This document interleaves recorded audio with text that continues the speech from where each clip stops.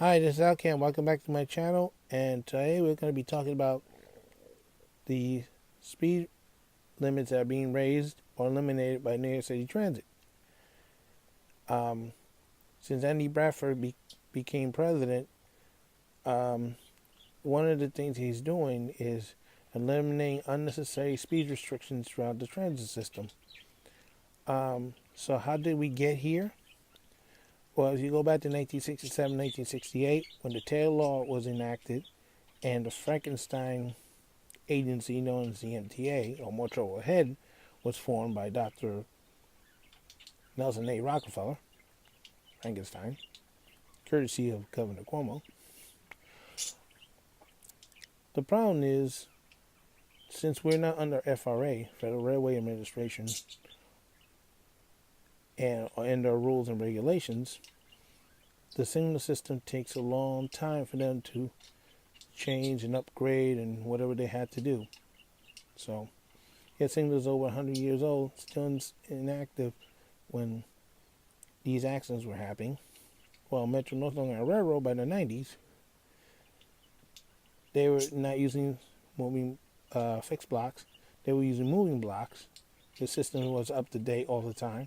Even up to now, they had positive train control. They're not finished yet, but eventually they will be operating on that. We don't have it because we're not required since we're not under FRA.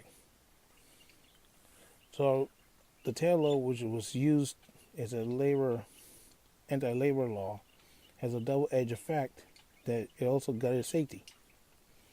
And they're not going to admit that, but that's the reality. So anyway, 1991, after the 14th Street Union Square disaster, the National Transportation Safety Board made recommendations to improve the subway safety. But for whatever reason, New York City Transit wasn't implementing the majority of the safety recommendations. We believe it's an internal finding between the departments might have been the cause of the problem.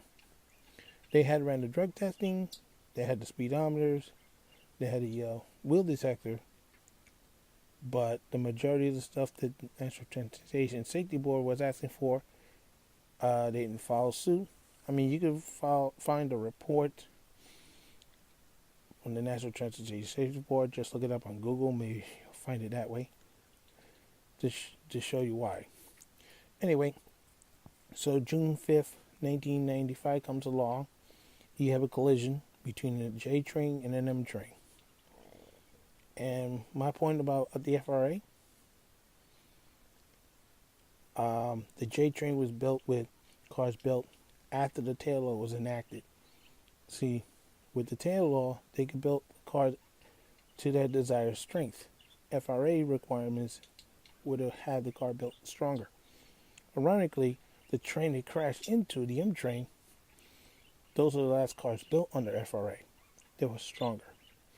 That's why the J train came apart and landed on top of the M train. Telescoping.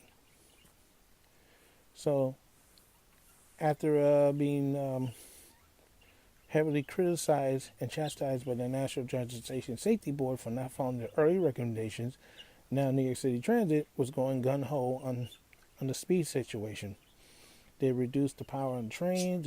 They put speed restrictions. For instance, Federal Transit Administration told them to use radar guns to check speeds.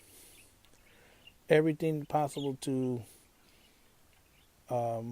reduce accidents, but unfortunately also reduce speeds on trains that now cause all these delays that we have now.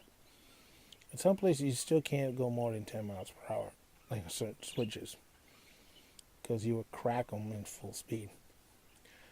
So this is an article that came out in the Daily News. So, which I'll have a photo of it. The speeds are trying to increase in many places now. One of my frustrations, of course, was Broadway Lafayette. When I used to operate, you can't operate more than 20 miles per hour going up a hill. You have to cut off the power, let it coast, and then when it's slows down enough, pick it up again, but you get it still keeping 20 until you reach the next sign, which is now 30. Now you can wrap it up. And before you get to the end of the station, there's a resume sign. But then you don't have to slow down or anything, because by the delay going over the hill, you're messing up the speed of the train. And a lot of times it frustrates passengers. You could hear them. Oh, why is he going so slow? Yeah, they get really annoyed. So what happened is, in 1995, after they being chastised, they started lowering the speeds. So this is why today's actions are warranted, because some of the speeds are just too slow. But then some of the upgrades in the signal system is now you can't keep by red signals without somebody being alerted, because it's supposed to sound off an alarm. So if they hear the alarm in the tower, they're going to be looking for what signal it was. If they realize you keep by the signal, yeah, they're going to bang you in. Well, that's how it's supposed to work. So hopefully Bradford will continue to make the improvements necessary to make the trains faster and safer. And hopefully congestion pricing will solve the rest of the problems. So this is Alcam for now, saying so long, and don't forget to stop. Oh, my bird's Pat and Justin saying hi.